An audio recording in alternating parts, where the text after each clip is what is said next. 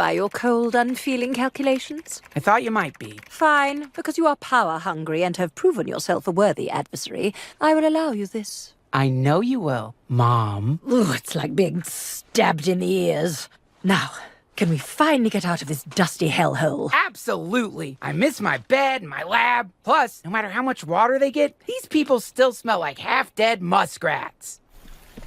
All hail science or whatever. Smell you later. What are you going to do about all your lost worshippers? Well, I'm not too worried. I have a feeling... After a long battle of wills, the god Deliria reluctantly agrees to let her stepson, Hippocampus, call her Mom, a calculated power move that he sees as symbolic dominance. She finds it emotionally painful but acknowledges his cleverness and concedes. With that settled, they all prepare to leave the dusty courtroom. Hippocampus longs for his bed and laboratory, noting how the people still smell like half-dead muskrats despite access to water.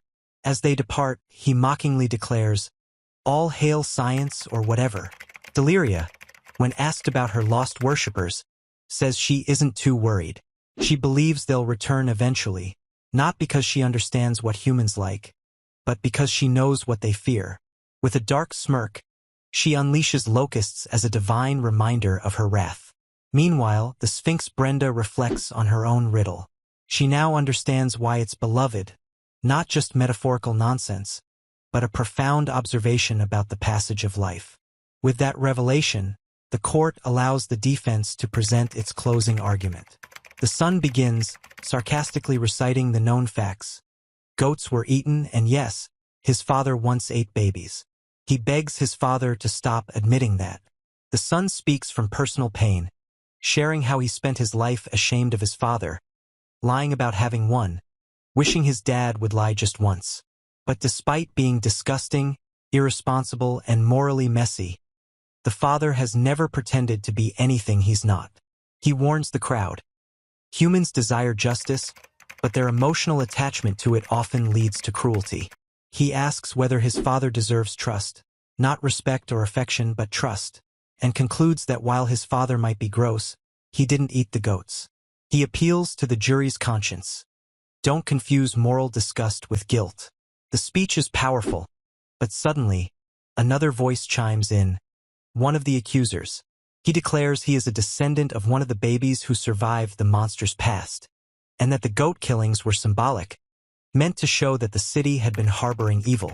This dramatic twist reveals he himself killed the goats, framing the monster to awaken the public to ancient wrongs. Chaos erupts. The court declares the monster innocent, and the mob immediately shifts focus, lighting torches to chase the real killer. As the scene dissolves into confusion, the presiding judge declares justice over and keeps the gavel as a souvenir. The father thanks his son for defending him, and the son replies with affectionate insult, calling him a baby-eating old bastard. Someone questions whether the mob's actions are lawful now that everyone supposedly has rights.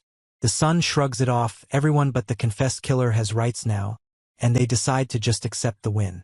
Brenda the Sphinx returns for a moment of comic betrayal. When asked why she testified against the monster, she admits she was simply hungry and was bribed with goat carcasses. She throws out one last crude riddle, suggesting Hippocampus himself is the answer to a dirty joke, before dramatically flying away from the city. As she disappears, her siblings are horrified, not just because she might be hurt, but because they knew her, and despite everything, cared for her. One sibling offers to rescue her. Another says they'll all go together, meaning it'll be a slow, shared effort to make things right.